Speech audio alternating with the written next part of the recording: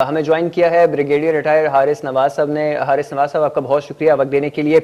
Switzerland में अब ये तकनीकी सतह के मुज़ाकरात जो हैं वो उनका आगाज़ हो चुका है। अमरीकी नायब सदर ने बहुत वाज़े अल्फाज में और बहुत तारीफ़ी अंदाज में ये कहा है कि पाकिस्तान ने केयरफुली इन मुज़ाकरात के इस अमल को मुमकिन बनाने में अपना किरदार अदा किया। क्या कहेंगे?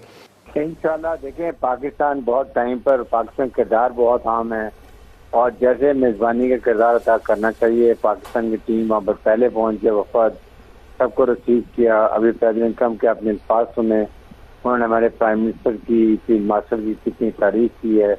इससे अंदाजा लगा लेंगे पाकिस्तान ने कितनी कॉन्ट्रीब्यूशन की हैं, कितना पॉजिटिव रोल अदा किया है।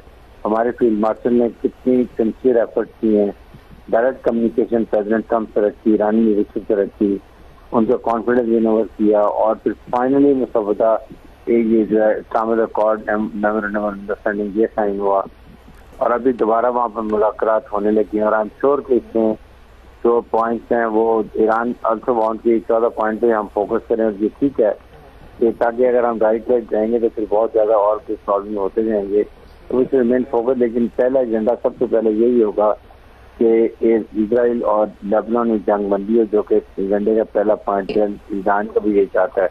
लेट्स होप, बहुत उम्मीद है कि इंशाल्लाह कोई अच्छी खबर वहाँ से नहीं आएगी। ठीक है, बहुत शुक्रिया। ब्रिगेडियर रिटायर हारिस नवाज साहब अपना तज़किया दे रहे थे।